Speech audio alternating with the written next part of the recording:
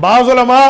اس بات کو واضح طور پر یہ کہتے ہیں، میں نے اس کا حوالہ نہیں پڑھا، علماء سے سنا ہے، میرے پاس حوالہ نہیں ہے، اسی لیے میں علماء کے کہنے پہ بیان کر رہا ہوں کہ کل قیامت میں عالم حق کی سیاہی کو شہید کے خون کے مقابلے میں تولا جائے گا۔ آپ اندازہ لگائیں، حدیث پاک میں ہے، اللہ کے رسول نے فرمایا کلمۃ حق عند سلطان جائر، ایک وہ شخص جو حکمران وقت کے سامنے ٹھہر کے اور ظالم حکمران کے سامنے ٹھہر کے کلمہ حق بیان کرتا ہے، یہ افضل جہاد ہے، اس کے پاداش میں وہ قتل ہو جائے وہ شہید ہے۔ اب اس شہادت کے خون کی ویلیو اس عالم دین کی قلم کی سیاہی کے برابر تولی جائے گی، مذاق تو نہیں ہے۔ حدیث پاک میں وَأَنَّ الْحِيتَانَ فِي جَوْفِ الْمَاءِ يَدْعُو لَهُ، اللہ کے رسول صلی اللہ علیہ وسلم نے فرمایا سمندر کے پانی میں رہنے والی مچھلیاں عالم دین کے لیے دعائیں کرتی ہیں۔ وَأَنَّ الْمَلَائِكَةَ لَتَضَعُ أَجْنِحَتَهَا لِذَرِّ طَالِبِ الْعِلْمِ، اللہ آسمان سے فرشتوں کو بھیجتے ہیں، جیسے صبح شام فرشتے آتے ہیں، ہمارے کندھوں پر بیٹھے ہیں، اعمال لکھ کے لے آؤ، ہماری حفاظت کے لیے ہے، رسول اللہ کے درود پاک کی تلاش کے لیے ہے، باقی معاملات کے لیے، یہ فرشتوں کی ڈیوٹیز ہیں۔ وہاں کچھ فرشتوں کی ڈیوٹی یہ بھی ہے، جاؤ جو علم دین پڑھنے آئے اس کے پاؤں کے نیچے جا کر اپنے پروں کو بچھا دو۔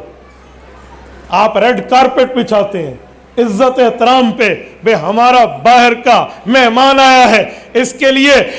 اس کے ایروپلین سے لے کر اس کی ایئرپورٹ تک ہم نے ریڈ کارپٹ بچھا دیا ہے، یہ ایک عزت کا شگون سمجھا جاتا ہے، احترام کی نشانی سمجھی جاتی ہے، کسی کو مقام دینے کی ویلیو سمجھی جاتی ہے۔ تو عالم دین کے سامنے بلکہ طالب علم کے سامنے تو فرشتے پر بچھا رہے ہیں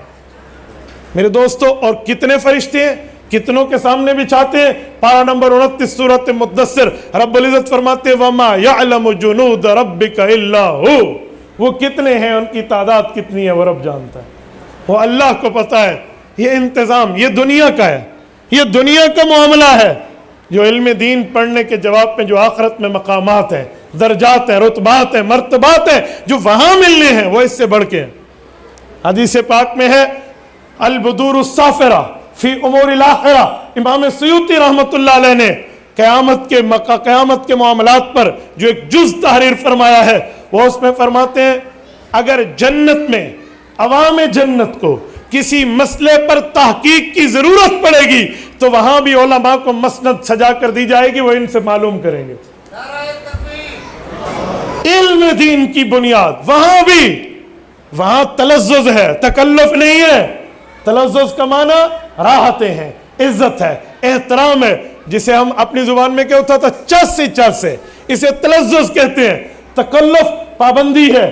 تکلف کا معنی واجب لازم فرض ہے، یہ کام کرنا ہے، یوں نہیں ہے۔ وہاں تو راحتیں ہیں، وہاں تو عزتوں کی زندگی ہے۔ ادھر بھی علماء کا مقام، علماء کا مرتبہ یہ ہے میرے دوستو، اس سے خود اندازہ لگا لو کہ ایک عالم کا مرتبہ کس حد تک ہے، اور عالم امت محمدیہ کا ہو، یہ پچھلے علماء کی کے علماء سے بڑھ کے